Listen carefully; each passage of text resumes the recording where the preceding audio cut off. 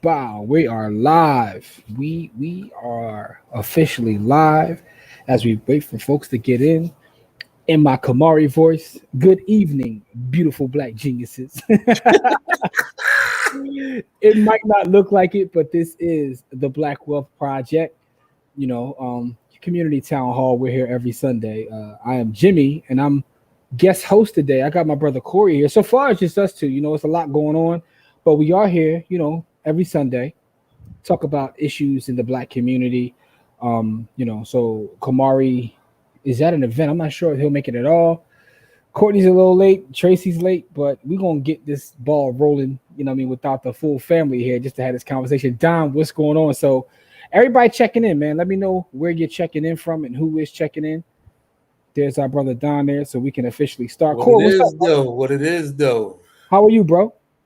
Man, listen, I'm trying to get myself together because I got some family issues of my own, but we out here doing what we got to do, making sure the people is taken care of with the getting this good information and knowledge, get a chance to chit chat with our folks. So y'all family too. So this is a family event for me. Absolutely, man. And we got we got folks watching, but nobody hitting the like or love button. So as you come in, again, tell me who's here, and please do me a favor and hit that like button, that love button. We're gonna talk about a couple issues this evening, but we also just want to kick it with you guys for this Sunday until the rest of our folks get on, if they get on. But we are here nonetheless. So I see Rochelle's here. Rochelle, what's going on? How are you? Thank you for tuning in. We appreciate your support as always. Man, we got a bunch of folks watching, man. Hit the like button, please, and let us know who's here. But look, listen, Cora, we got a specific topic I want to talk about. What brought this topic about was Deion Sanders, prime time, arguably the greatest cornerback to ever play football. I mean, would you disagree with that? Wouldn't disagree with him being in the argument, not at all. Okay, so for the folks that don't know, Deion Sanders is a legendary football player, and he decided to become a head coach at Jackson State, which is an HBCU. And he's done an amazing job at that program in terms of getting them attention, getting better players to come, and just kind of like changing the culture in that locker room. The thing about college football is not just about wins and losses or national championships. He's leading black boys and being that father figure and kind of like, trying to steer them in the right direction as they go forward with their life, which is an important part of being a coach. So he's being recognized for it. And now we're hearing rumors of all these bigger schools wanting Deion to be a part of their program. Some were, the alumni that's putting his name in the mix. There were some other stories about some other schools in the Florida area. So, we had a conversation. Me and Corey were talking before we came on about the importance of building our HBCUs, building our institutions. But on the flip side, when you look at these PWIs, when you look at these bigger institutions, they have bigger budgets for one. But for two, there's also black faces there that might need that kind of love and attention. So the dichotomy between that is an interesting topic. And we're going to get into that a little bit. But let's see who else is here. Dwight's here. Dwight, what's up, good brother? How are you? Here. Who else we got here? Demetrius is in the building. Demetrius, how are you? Peace, brother. And we got Latoya here too. Hey, what's going on, Toya?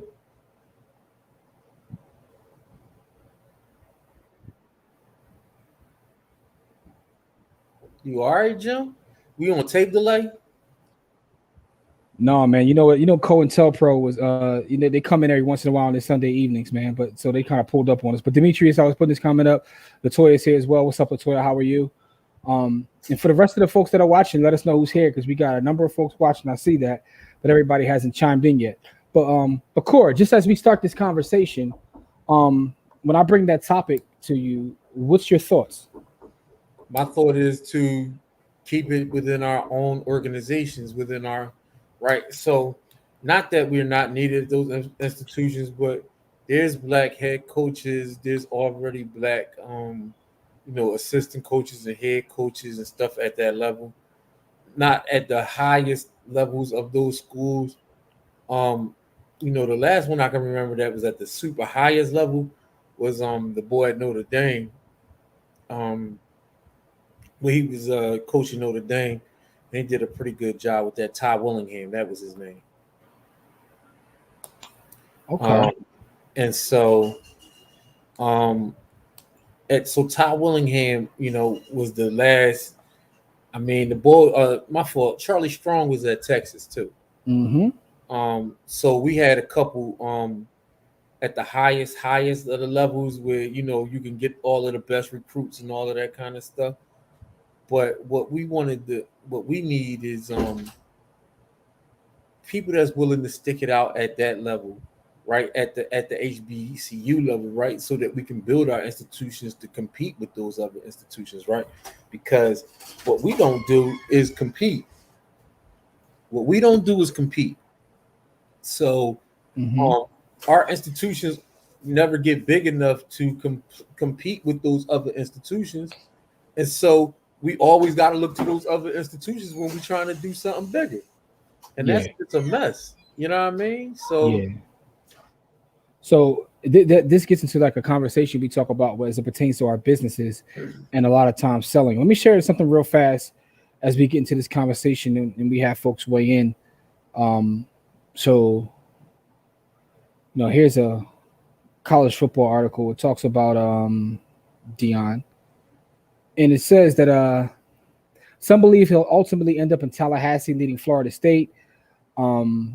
His name is being mentioned for USC. So USC just fired their head coach. So there's USC, which is a big college football program with a storied history. In Florida State, what makes that one interesting? That's a PWI as well. But what makes that one interesting is that's where he went to school. So he's alumni there. So that's up in the air as well. So man, it's not that simple though.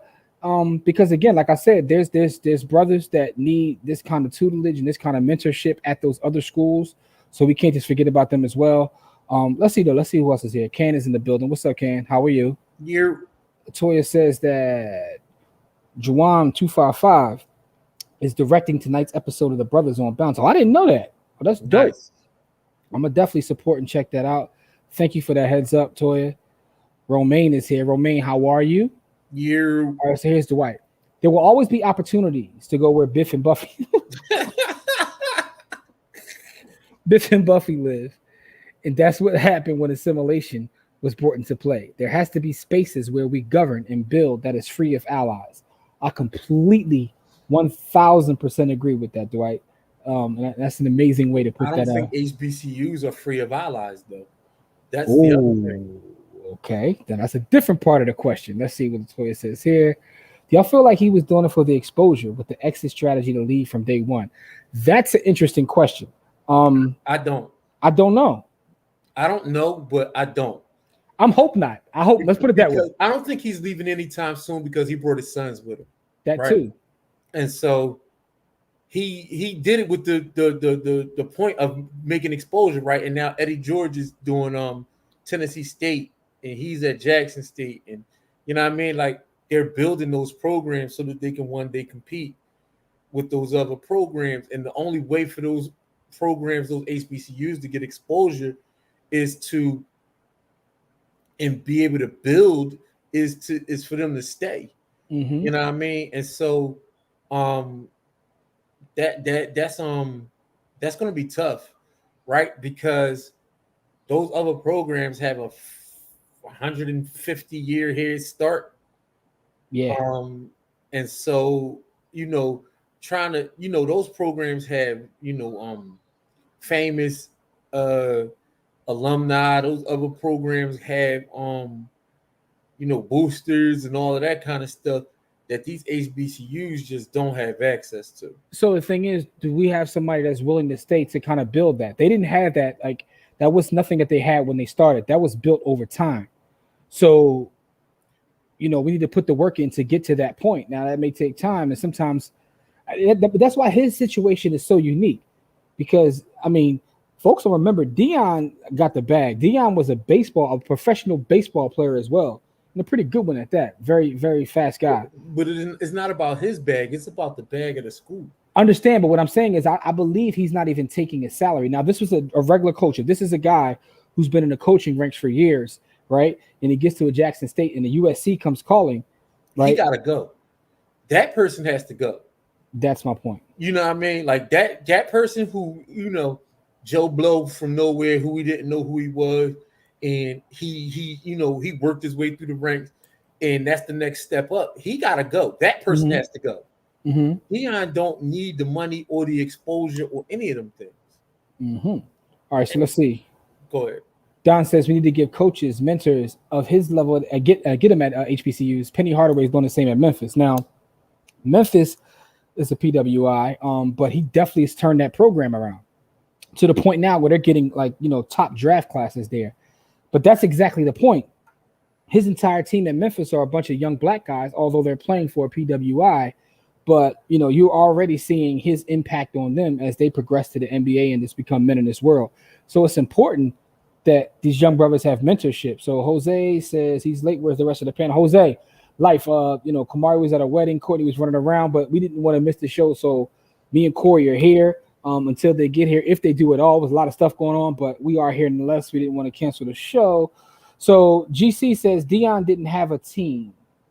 What do you mean by that? I'm not sure what you mean by didn't have a team. You mean at the coaching level or professional level? I'm not sure what you mean by that. Corey, you know what GC's talking about? Was Deion didn't have a team? Nah, man. I don't have a clue what he's talking about, but okay. What I'm saying is Deion has what a lot of coaches don't have at those schools, which is cachet.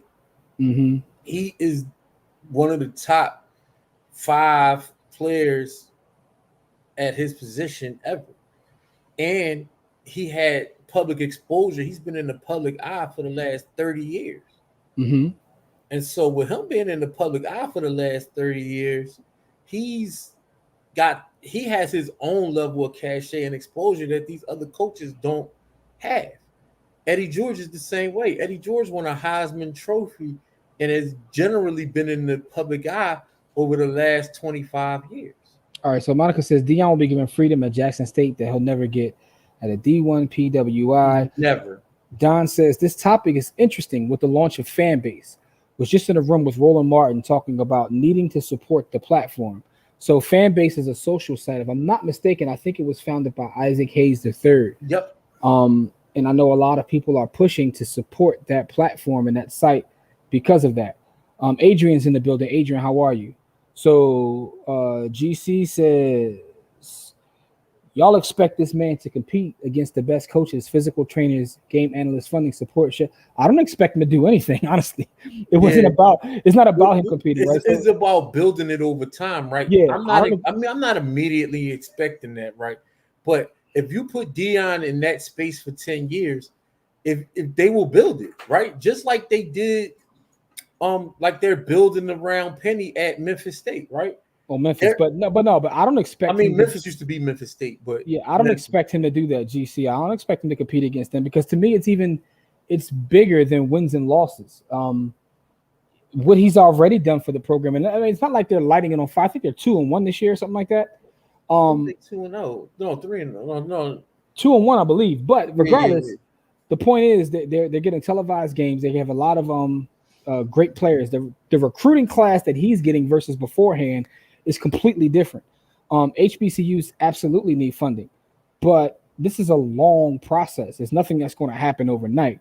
And that's kind of what we've been saying. So you said that these programs weren't built overnight. A lot of these programs have had top tier infrastructure. That's what we're saying. But that's why his situation is unique because he's not just a run-of-the-mill coach that's working his way, up the ladder, so to speak. That's kind of what we're saying. So freedom is capital. Deion doesn't have a lot of access to capital. This is true. He has freedoms to recruit and do all kinds of other stuff that he wouldn't have at those PWIs. So like those press conferences and a lot of the stuff that he do, those bigger schools is not having that because they've had that infrastructure and access to capital. Where Deion has like a blank canvas to do and to help build that infrastructure in those systems for himself, right? So everything we're talking about takes time. This is nothing that'll happen overnight. Next season after that, we're talking about over the long haul. And also, to Corey's point, We saw Eddie George kind of try to do the same thing as well. So, I mean, it just takes time, but you're seeing the energy being put into it. So Demetrius says, we made those schools hot. We made their professional leagues hot. Sometimes we got to take the sacrifice for the long haul. To me, I look at this like the bus boycott, the Negro leagues and the others. Stay on our own bus, stay and build our own leagues. Great point. So Don says, him collecting wins is small compared to what he could do to change the lives of those players. And I feel the same way, Don. 100%. It's a lot bigger than just W's and L's, in my personal opinion. So Monica says, even without the capital or resources, he had a pretty high recruiting class. If he stays and builds it, the resources will come. Deion also has a network. That's why his situation is different than the average Joe. His mentorship of those young men transcends wins and losses. A lot of times, by the time the only black male figure they know are coaches. Let me see. It's going to take time. But he's his own competition. He's definitely playing the long game. They have to. I'm glad that it's the players we grew up with that's making this intentional investment into black institutions. Yep. Yeah. So we'll see, whether that was his objective or whether he was using that as a stepping stone. But that is true. These top PWIs, let's see, have access to recruiting capital. Deion got his own budget. Like Deion ran up $100 million bag. He doesn't have the same constraints as those other coaches. He doesn't need a recruiting budget. He is his own recruiting budget. He ran up $100 million bag. He doesn't need to access to capital the same way as Joe Blow did. Like me, if me and Jim was to go to Jackson State or Tennessee State, we would need a recruiting budget. Deion don't need that same recruiting budget. His name is a recruiting budget. He got $100 million bag he ran up during his lifetime playing football and football and baseball. He's been on TV the last 15 years. Deion got a whole different cachet. He is way different than every other single coach. His free reign, his ability to do things outmatches everybody at the level that he's on. And it's not even close. All right, so COINTELPRO is definitely doing the thing. So I just went out and came back in. So GC says a lot of these top players go to universities because the infrastructure under the table payments. Nobody's disputing any of that. The whole Deion has free reign isn't registering with me because he still doesn't have enough money. Yeah, but free reign to run the program the way he wants to, right? So if you watch their games and watch how he handles himself in press conferences and what he does with the program, that's what we mean by free reign. Not that he has to have capital to go buy players that other schools do. We understand that. But we talk about free reign is there is no one in the university. There's no president of sports or what have you that are at other institutions. When you look at Ty Willingham, right? They talk all the time about Ty Willingham didn't have reign to do anything he wanted to do. He was there as a figurehead, and when they were done, they got rid of him. They got rid of him, and then the team even got worse. Now, obviously, his team does need more money, and the team will get money. But the thing is, that's why it's a long game. It's not about having money now. But if he stays there and continues to get recruiting class after recruiting class, some of these schools didn't have money to begin with, right? A lot of these mid-major schools that become powerhouse programs, it didn't happen. Gonzaga wasn't Gonzaga like that they are now, 30, 40 years ago. It takes time.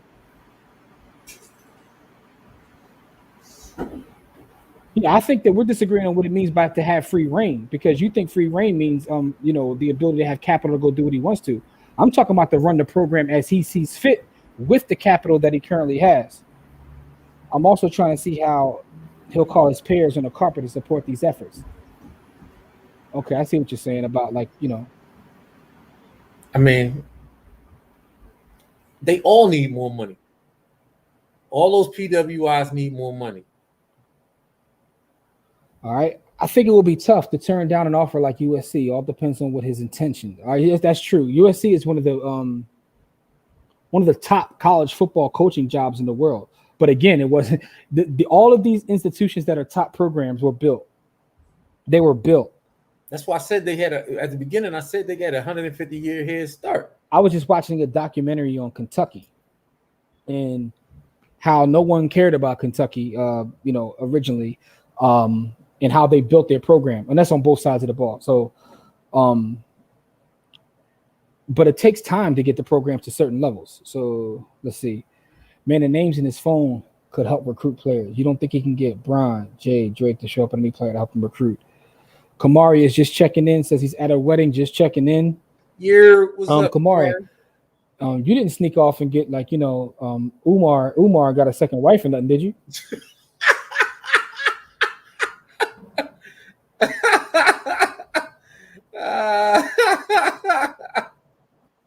I'm sorry. This is absolutely amazing. Kamari, Umar Ellison.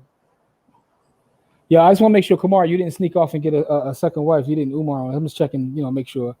I'm hoping Deion is smart with his positioning. Programs have many middlemen who call big shots on how a program is run with alumni money, etc. I think Deion knows this and wouldn't want to be a big player in that ecosystem. Yeah, Rochelle says, to be honest, if he wanted to coach, he could have went to a lower D1 program that wasn't an HBCU. If that was his goal, to go somewhere like USC or Florida State or somewhere like that, he could have did that.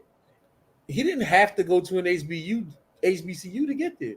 Yeah. See, the thing is, though, like, and I've watched him in this journey that he's going on. And I've seen him talk about being at that school, what he's able to do at that school, and the money that the school needs. He openly talks about that. He openly talks about their jerseys and their facilities. He openly talks about it. But I understand the dynamics of a USC or a Florida State. Like, we know what those schools mean. Yeah. You know what I'm saying? The boosters giving out $100 million a year. It's not like Rutgers or no disrespect to Rutgers, but as it pertains to college football, and they have a pretty good football program too. So maybe I shouldn't say Rutgers. Let's say, Drexel doesn't have a big football program. So any of the schools I'm just saying, it's not a regular D1 school if you got FSU and USC. I mean, even Temple, no shade to Temple. Temple is not the same as FSU or USC calling it. Not at all. You know what I mean? So I get it. But this is a bigger conversation because, and Don is the one that brought it up as he talked about fan base and our need to support that. And a lot of times we do the same thing in business as we do with the school, right? So we'll go to fan base and say, I'm not using that. Facebook has this or Instagram has this, and they don't have this yet. And we never help them get to the point where they can have those things because, we was just talking about this on our Friday show about how family will do you dirty because they don't want to see you happy. And I think that's what black people do to black people generally, right? They would rather see it stay the same than to have a black person had a power go to one or two black people, right? So instead of building fan base and letting Isaac Hayes III shine, we would rather just stay on Facebook because we don't want to see him win. And there's a lot of people like that. They say, why would I go support him and build his business? How he gonna help me build mine? Well, the way he can help you build yours by see it is the energy is circular, right? If you help him build your business and his platform grows, then his platform can help you grow your business. But instead, you don't want to help that man, and you want to see him fail. You know what I mean? Like it's all goofy. So we do each other that way. We don't love each other enough to see each other succeed, man. And it's malarkey. Yeah, I mean that's absolutely true. I mean, and by the way, everybody watching, has anybody ever heard of or used Fanbase? I'm just curious to see. So, and Dwight said he agrees with you, Corey. Shami says facts, and sadly, that's the truth, Corey. All goofy. That's one way to put it, Rochelle. That's definitely, it's all goofy. But no, that's why it's important, and that's why this conversation, although we framed it by talking about Deion because that was just in the news, it's a bigger conversation about how do we build institutions long term. We talked about this as it pertains to business, but that gets a little bit different when you talk about being acquired by bigger institutions and getting the resources to do more. So Don says that he's on it now and it's cool overall. I'm gonna be completely honest. I think did I try it? It was something else that they had. No, when we was on the other one, the talking app, we was trying Fanbase. Okay. Okay. Oh yeah, you talking about when we were on Clubhouse? They were talking about it. Yeah. Yeah. Okay. Yeah. So we definitely We do. I was trying definitely our fan base then, and then it didn't have any of the features that it has now. So I'm gonna go back to it. was it But we fan base or definitely was that Black Planet? 'Cause I know you tried to bring Black Planet back too. nah. I was never on. I mean, I ain't gonna say I was never on Black Planet, but I wasn't. I was on fan base recently. I Okay. wasn't on Black Planet recently. Okay. Okay. Got you. No. All right. So I mean, so the question I have now, Core, is how do we as a community, and I know Latoya brought up a couple ideas earlier. How do we support those that are willing to make a sacrifice to build our institutions, right? So if it comes out and Dion decides to leave, he decides to leave. But if he comes out and makes a statement and says, no, I'm here for the long haul, how do we as a community help people that are willing to make that sacrifice to build for the long term? Become boosters and donors, right? Money talks and bullshit hit the fan. Mm-hmm. Like so, all the rest of it, because right, most people's name doesn't carry enough cachet to help them, right? So if your name don't carry cachet, your money always will. So money talks and bullshit hits the fan. Like I don't even want to get into the thousand other things that people will try to do. But if your name don't hold no cachet, then your money got to, and Okay. that's the bottom line. So if Dion comes out and says he decides to say, you think that we all should start to donate to say Jackson State? Yeah, why not? Right? Latoya. Because my thing is, if you build a superpower, right? It's cool to try to support 15,000 different HBCUs, right? Because you see Chris Paul supporting HBCUs, you see LeBron also, like Dion's not alone in this, Yeah, right? he's not. And Shaq sent his son to an HBCU. LeBron might send his son to an HBCU. So I mean, these people, the young boy that Mikey, whatever his name is, the number one recruit, talking about going to an HBCU. Mm-hmm. So they all, these youngsters is really out here, and it's people that's really, making an all out push to have these HBCUs supported. And so it's our job to, if they come on TV, to watch them. You All right, know, let me ask you guys a question. Let me put a question on the table, and I want you guys to be honest. Now we got a number of folks watching on various platforms. I want you to be completely honest with me. How many people here have supported an HBCU in any way? I'm talking about financially anyway. How many have sent a donation or done anything to support an HBCU? I want to see, you know, I mean, we all could do better, including myself. But how many people have supported an HBCU? So, Corey, you supported which HBCU? Lincoln. Okay. And I had because Wanda went there, right, and she was running a program there, and I supported her program Okay. there at Lincoln.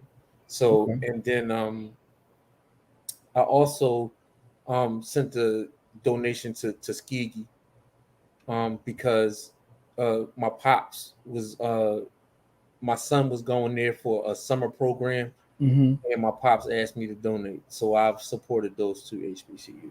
Adrian says we need to intensely support HBCUs. Monica says I donate to my alma mater bi-weekly from my pay, linking you $18.54. That's a Lincoln thing. You could donate $18.54. Those that went to Lincoln know what I'm talking about. I have a feeling that many will become non-HBCUs after a while because of the non-black students who are now entering. Whoa, that's a whole different conversation right there. UNCF. I mean, I don't know if that actually changes it. I mean, because it was HBCU, a historically black college or university, you'll still be that. You might just be looking a little bit different.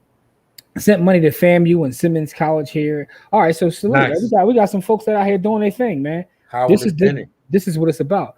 I supported Howard and Bennett. Where's Bennett at? Where's Bennett College? I believe is that called Bennett College? Where's Bennett at? Yeah, I have no idea what that's at. Oh, I mean, that's dope though. So we got a number of folks that are watching that absolutely do support HBCUs, right? I mean, if you count supporting college tours, then I supported damn near every HBCU, because I've helped a lot of kids go on those college tours.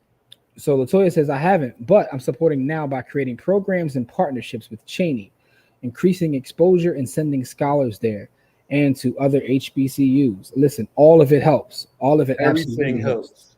All of it absolutely helps. That's dope. Yeah, so we definitely got to do a better job of that. But then, we have to be intentional. I think that's the Tonight Show. I think that's the word. And Corey, you talk about this all the time: intentionality, Intentionality. right? Because opportunities will present themselves, right? If you do well, especially in sports, they'll find you, right? So the opportunities will present themselves, but if you have to be intentional, if that's what you want to do, and I think that he's in the unique situation to do so.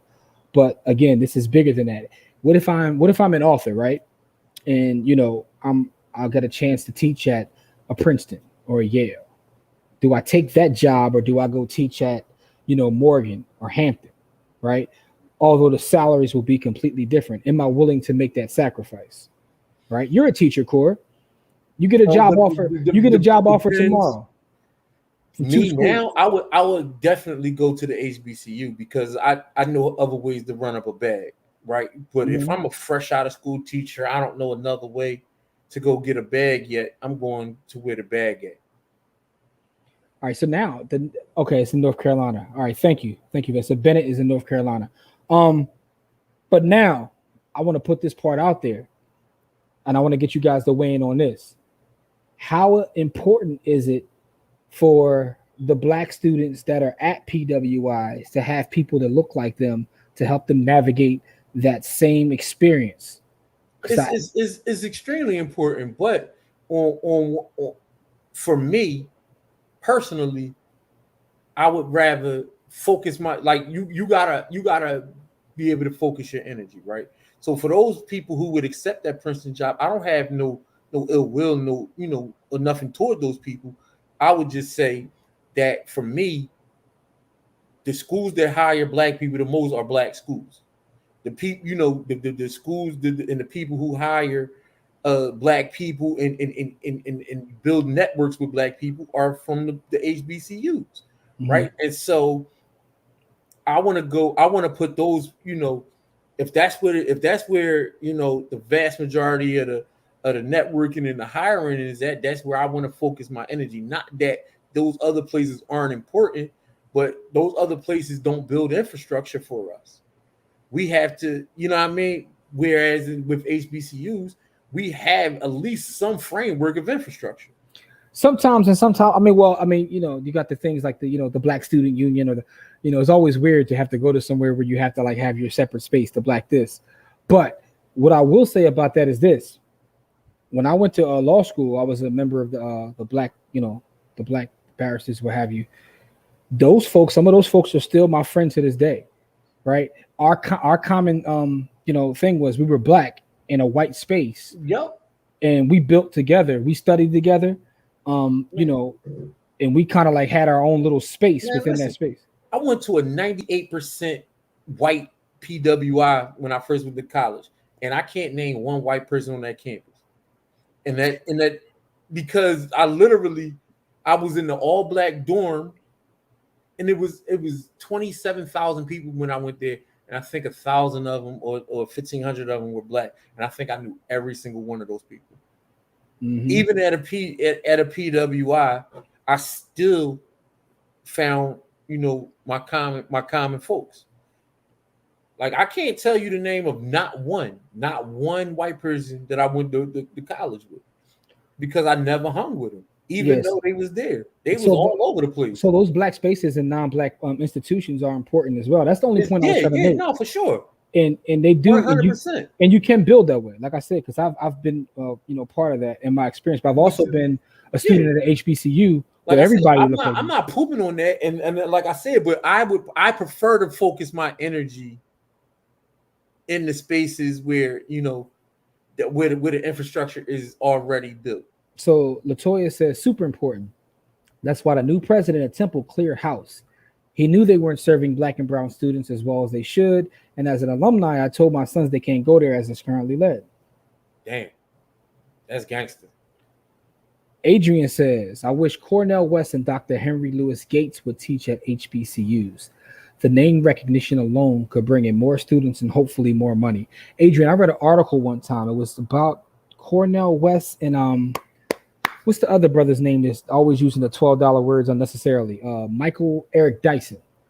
It was an article about them, and I think it was either in Time or People, one of those magazines. But it talked about how they go to different institutions, and they've taught at the biggest schools, Princeton, Georgetown, all that. But soon as their name gets on, a syllabus or what have you, those classrooms immediately get booked. Like students literally go to schools to learn from them. And these are black men, which is amazing, by the way.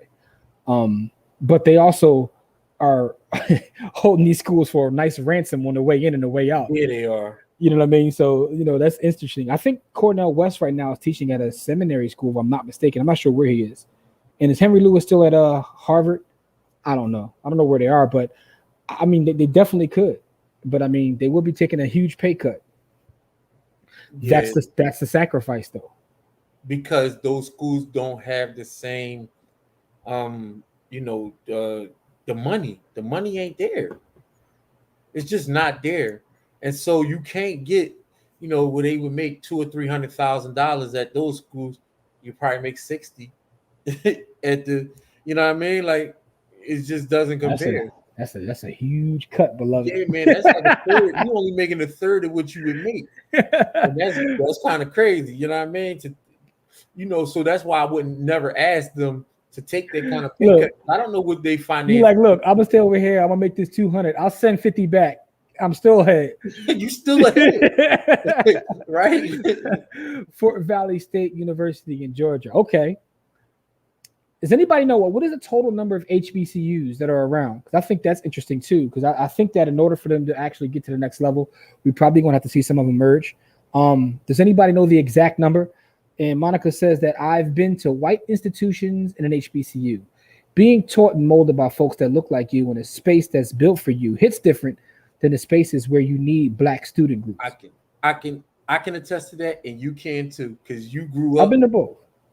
I'm just saying, without having been to an HBCU, Yeah, I never went to an HBCU, but you went to an all-black school growing up. Absolutely. I didn't have my first white teacher until I was in Central. So that having that experience, I know exactly what Monica's talking about. You know what I mean? Like around 101. Monica says 107 active. Yeah, Don and Monica both said the number right now is 107. Okay. All right, that's interesting. So I always wonder why some of them didn't merge to kind of hold things down. Isn't a lot. in the grand scheme of things, no, it's not. In the grand scheme of things, it's definitely not a lot. It's more than that. It's more colleges than that, just around the damn Philadelphia area. This is college, like between Philly, Boston, and New York, there's more than 107 colleges. Yeah, Adrian says they've been teaching so long that they should be straight. Hopefully they invested well. Like Corey said, we don't know their financial situations.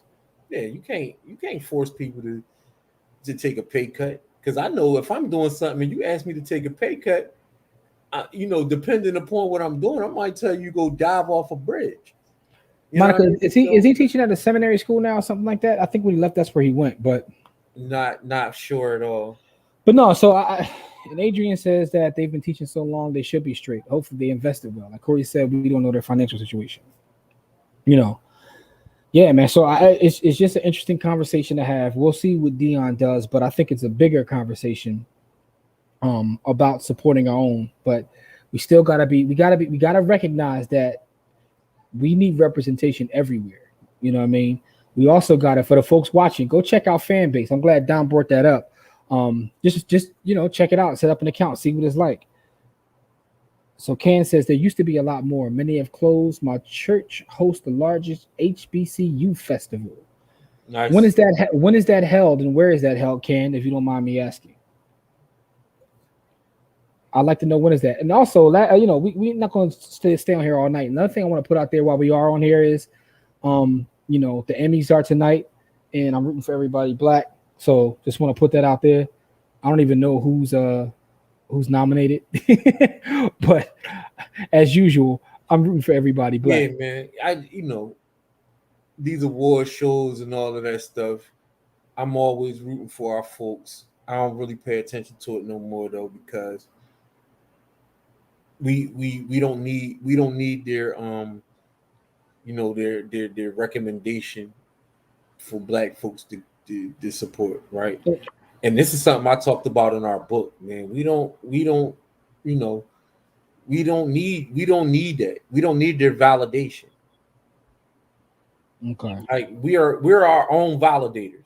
And until we become our own validators, we don't we can't build anything until we are able to validate ourselves. If as long as we need validation from somebody that don't look like us, we don't own nothing. We don't own anything. Okay. That's it's a whole lot right there. Adrian, what's good on TV right now, Adrian? I know you got something new. I think many should join and form super HBCUs. I wouldn't be opposed to that. Hey, make like 6 of them. You know what I mean? Stick them in different regions of the country, and then everybody just go to them and run down on the rest of the country. So we got North Virginia, sometimes DC, usually held mid-February. Okay, so that's where the festival is. And that's why it's the biggest, because that's where all the big money HBCUs are. Okay, all right. Thank you for sharing that, Ken. That's interesting. I've never been to that, but yeah, man. So I think that let me see. So Toya says we definitely haven't figured out how to monetize our sauce. That's our superpower. When we learn that, we'll get to the next level and make some ground. Oof. Man. Yeah. That's the big, like, we create culture and then they capitalize off of it. And that's really what's been happening forever. I mean, when I look at social media to see just how many media, let's talk about payola in black music from the 1920s. Yeah, but let's no. But social media is different though. Social media, the value in social media surpasses that. Listen, all right, so I'm going to talk about this: the value of U.S. patents. If because black people that weren't free couldn't even have U.S. patents, right?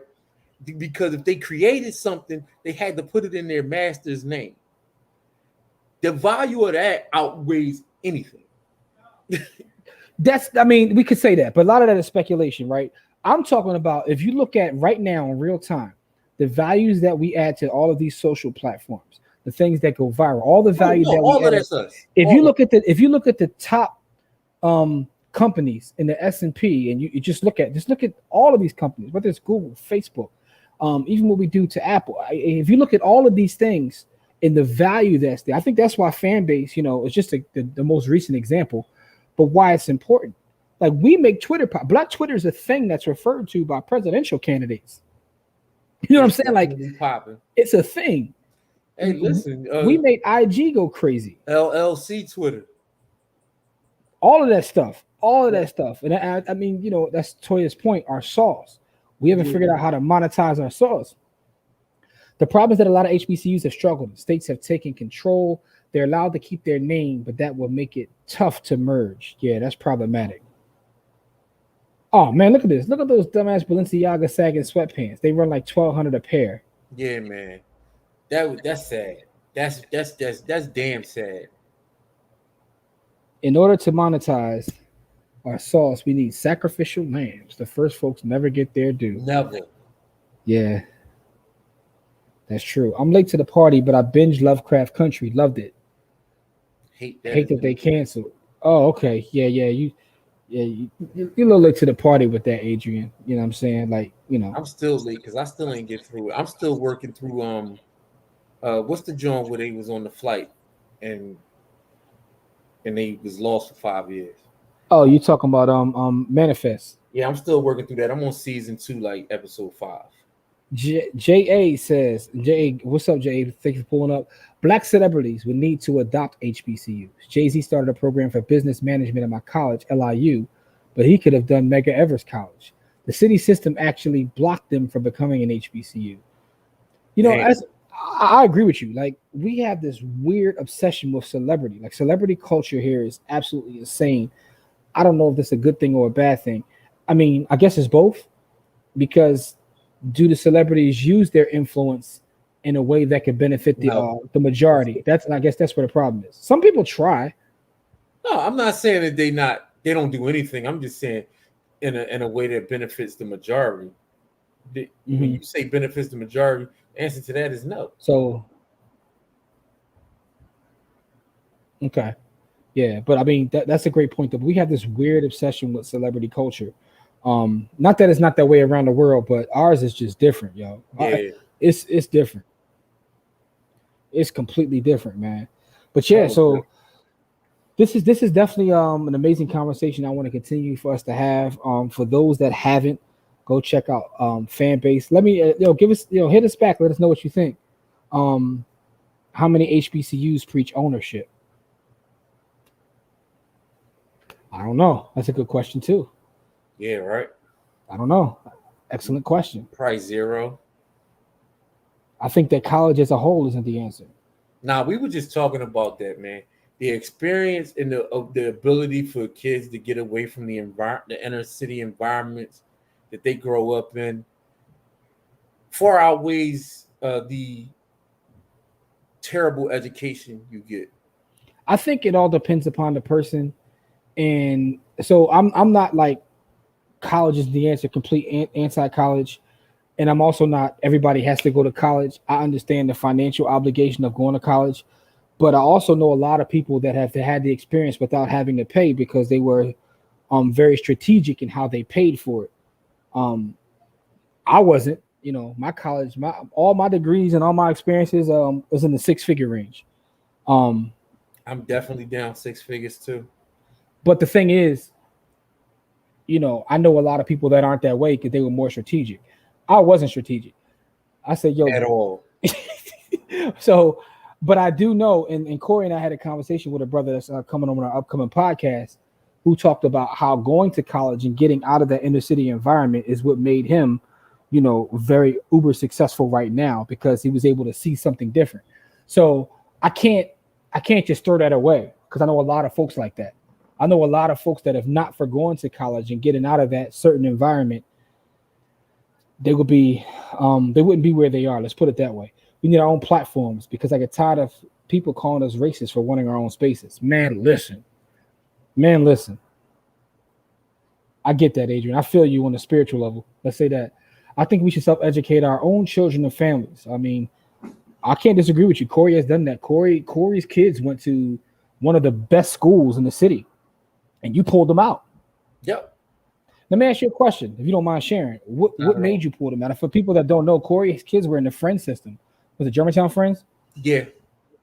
What made you pull them out? $40,000 a year, both of them. 40,000 a year. What made you pull your kids out of that system to teach them yourself? Too many white people. It was just they were being taught by white folks, and I wasn't real comfortable with them being taught by all white people. I just was uncomfortable with them learning from all white people. And then the school population, Was it was a safe environment. They could go learn and all of that, but I was uncomfortable with all of their teachers being white. was it a specific situation or something that Nope. happened that was like the final straw? Or Nope. was, I was just sick of looking at it. My son was coming home with the tendencies of them folks, and I'm like, nah, I had to nip that in the bud. Like when you come home with them tendencies with the whiny ass, you know, uh, entitled ass. Oh no, bro. What you're entitled to is to breathe. Everything else you got to work for. And I was unhappy with how that was going down, and so as an educator, I took that into my own hands, yeah. and I'm glad I did, right? Because at this point, my son is 14, and he'll be in his sophomore year of college. Yeah, congratulations on that. And So just by taking over his education, me and my wife taking over that education, we were um, able to teach in a way where we get a chance to show him what his education could be without having to go, to those schools, right? mhm. We hire black tutors, right? I use all this math, and we also use other black tutors, right? Yeah. Salute the brother I killed for all this math. Yeah, and I've also used a lot of other black educators to help, right? Because because I'm in an education business and an education field, when I need to get testing done that we can't do as his parents, I use another black education. When I use school psychologist, I knew I use another black educator. So all of this stuff, my kids don't see nothing but black people winning. You know what I mean? Now my son wants to go to an HBCU when he finishes up his sophomore year. You know what I mean? And it's because when he's going on an HBCU tour. Actually, he just finished an HBCU tour. We went to, he just did Howard. Okay. So and so he's going to, for the next year and a half, be on an HBCU tour. So it's not because um I'm smarter than anybody else. Like I feel like environment means a lot, right? And so the reason why my kids never went to public school is because of environment, right? And then I put them in private schools, and it was a safer environment, but I hated that environment for them because that environment doesn't fit how black people are really treated in the world, right? They get a lot of special treatment there, and it's a lot of hand holding and stuff like that. And that's just not how the world works for black people once you get outside of those. No, I understand that they're kind of in a bubble. Yeah. But some of the people that go that route end up in a bubble their entire lives. No, for sure. All this debt for I what? could have left them there, right? Because me and my wife could afford to send them, but for what? No, I understand that. But GC, to that point though, I think that everybody's situation is different. Some people may need it, some people may need that. And everybody's situation is different. I mean, because the thing is, if you want to look at the data shows that on an average, right? If we're looking at the median, so an average would be the mean, not the average, but on the median, people with the degrees actually make more money. Oh, for sure. Overall, like that's just statistically a fact. For sure, which is why he's in college now. Yeah, I'm not talking about that. I was talking about the GC's point. So the same curriculum designed and enforced by the same individuals who enslaved our ancestors, same folks that preach to go get a job instead of create your own business. What I realize is this though, and I think GC, you're right about self-education, because a lot of us don't recognize that everything still comes from the home. It doesn't matter what school you go to. Yep. It's about what happens in the home. So we definitely have to do a better job in our communities, in our homes, in my opinion, at least. Let me see. Let's see. Pull this one up. College isn't the answer for everyone, and I definitely think we send our kids there blindly right out of high school. College has a role, but not for all of us. Yeah, I agree. Yep. All right. So, and Latoya says we have to advise better. A great deal of us haven't applied the things I teach my students. I apply business principles to the process. They select schools as informed consumers, and most are fully funded and are picking better majors. That right there is kind of what I was talking about. Like, yep. And Latoya, you, Corey, and I all came from the same school. Like, I don't even remember who my advisor was, but I know that whoever it was did a terrible job.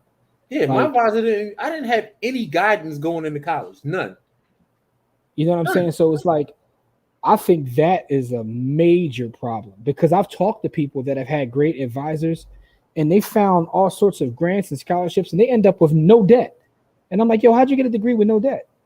And some of this, and then in retrospect, you look like, yo, I could have qualified for that. I could have qualified for this, but I didn't have that guidance. Idea.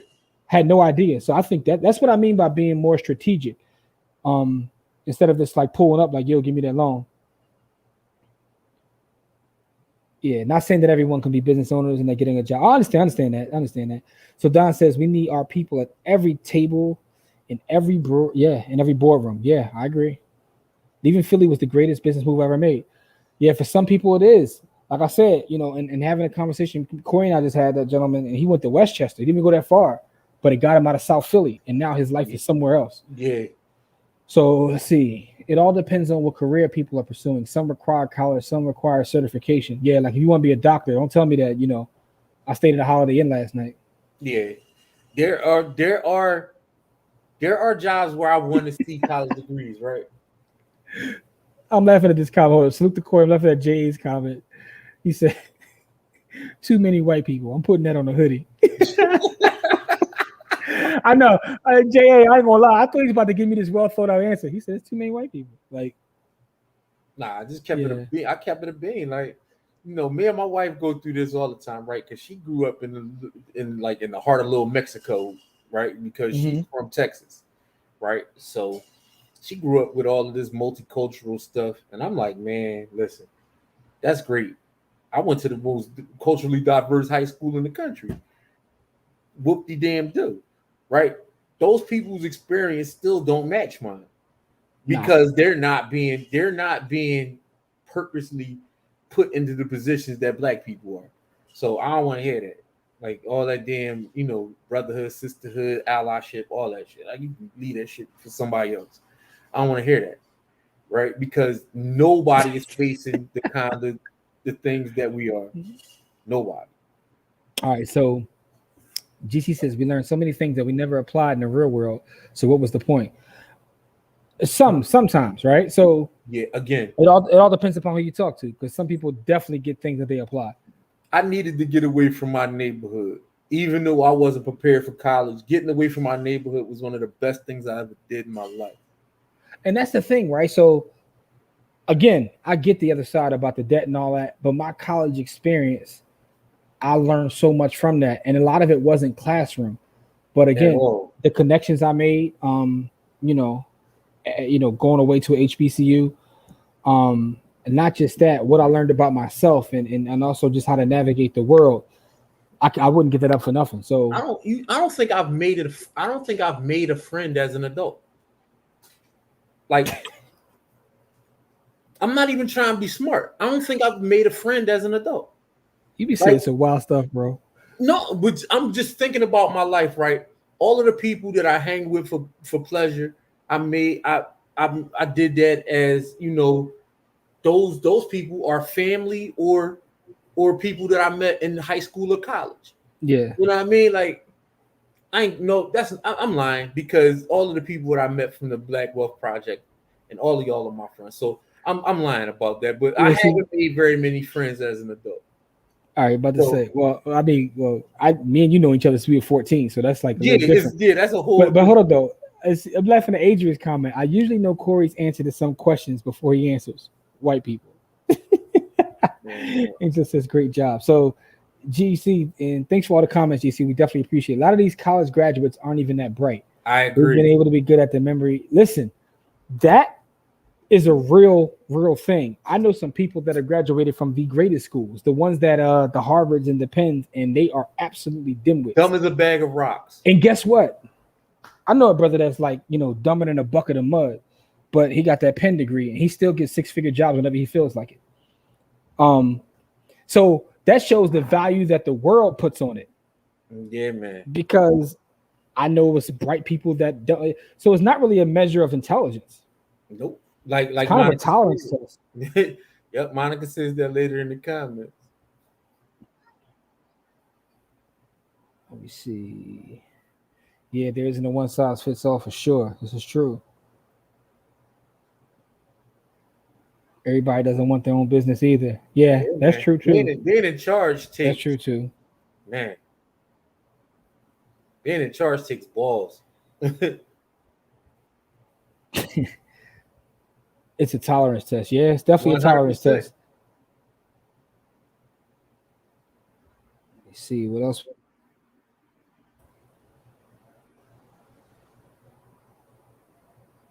Yeah, that's it. That network. And I look on a resume. You know what's funny? We kind of got that network being from going to the high school we went to. We kind of sort of got that same network coming from the place we came from. It's not like an Ivy League school, but it damn near is like that. Let me see. You breaking up, Jim? Yeah, I know. COINTELPRO's playing games, bro. Can you hear me now? Yeah, I can hear you. All right, so we're gonna close out here soon. I just gotta tell y'all a quick story real fast. Speaking of Ivy League, I always tell the story because I find it absolutely hilarious. But fun fact, our education is a memory more than innovative ideas or problem solving. That's problematic too, right? And it was to GC's point about that Ivy network, because I've realized that when I was younger that the network is really what it's about. I was taking a summer course and it was I think it was macroeconomics, and it was over the summer, and I took it at community college in Philadelphia. The teacher, right, he taught at Wharton, and I learned a couple things on his class. One, for some of these professors, education is a hustle, right? Two, this dude would literally give us the same work that he was giving his students at Penn, and he was so lazy about it that he wouldn't even change the names on the syllabus or the handouts. They all had University of Penn on it. He was just running the same play with kids at community college in a business program that he was running at Penn. And it occurred to me like, yo, he's just getting an extra check on the side, and he's teaching us the same principles and the same concepts. But the difference is, if I went through a whole program here, I don't have that Penn on my resume, although I got the same exact education. So I took two things from that. I'm like, yo, for one, these professors be out here hustling, yo. Like, they hit the block, and classes are their hustle. Let's see. All right, here we go. I set the local black college up with the community development organization in the hood to teach entrepreneurship. I'm still trying to get Bloomberg terminals in the hood via the local college. That's dope. That way you can get to college in the community without going. These programs are free to the community. Hey, J.A., man, that's dope, man. Yo, that's crazy dope. And don't Bloomberg terminals cost a grip? Oh, my God, yeah. My sister went to Wharton for undergrad at University of Chicago for a damn. Huh? Yeah. She got a scholarship? Because all I saw was a huge bill. Yeah, right? All I seen was a $500,000 bill. Yeah. I guarantee you she has a network out of this world, and her check ain't bad either. I'm looking at $500,000. Going to college was a game changer. The change of environment and exposure did matter. However, the current cost of college is out of pocket. I had a full ride, and that may have tainted me, because the sticker price of my son's college costs at the same university is shocking. He's $70K in debt and not done yet. Yes, like you said, it's a hustle. Yeah, absolutely. Sheesh. GC said he need one of them Bloomberg terminals. It costs a couple dollars. Yeah, them Jones cost a couple dollars. J.A., man, congratulations on setting that program up, man. And I hope you continue success, man. That being said, though, man, listen, this has been a great conversation. Thank you guys for all of your comments. We will be back here with the rest of the team next Sunday. But we still had to come through and just have this quick conversation, even though it's just two of us. We still had to have this conversation. But we appreciate the support, because we had a bunch of folks pull up nonetheless, even though it's just me and Corey here holding it down. But it was a great conversation, man. And, as always, I learned a lot, man. I learned one thing. I got to go hit up Fanbase, man, and make sure I show my support, even if it's just setting up an account. So all y'all go look at Fanbase. You know what I mean? I know y'all might not want to use it, but just set up an account at least. Get his numbers up in terms of having users, because that matters. You know what I mean? Corey, any last words, bro?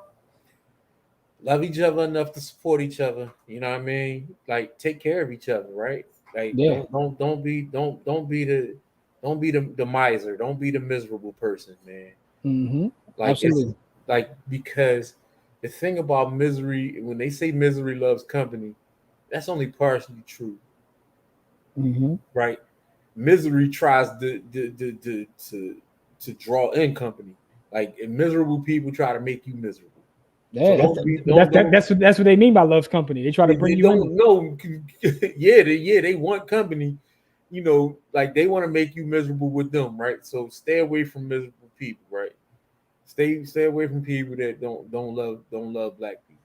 All right, she probably had an academic scholarship. Listen, for those watching, if you're not already, please subscribe to the Black Wealth Project on YouTube. Subscribe to the Black Wealth Project. Matter of fact, join the Black Wealth Project group here on Facebook. Subscribe on YouTube. Follow us on IG, the Black Wealth Project. Also follow Corey and I, Buy the Hood on Facebook, YouTube, IG, the whole nine. Make sure you support. We black institutions too, so make sure you support us. And check out our podcast as well, Buy the Hood. But anyway, man, I just want to say thank you guys. Thank you for kicking it with us this evening, and we'll have the whole team back here next Sunday. But it's been amazing, man. Appreciate y'all. Peace.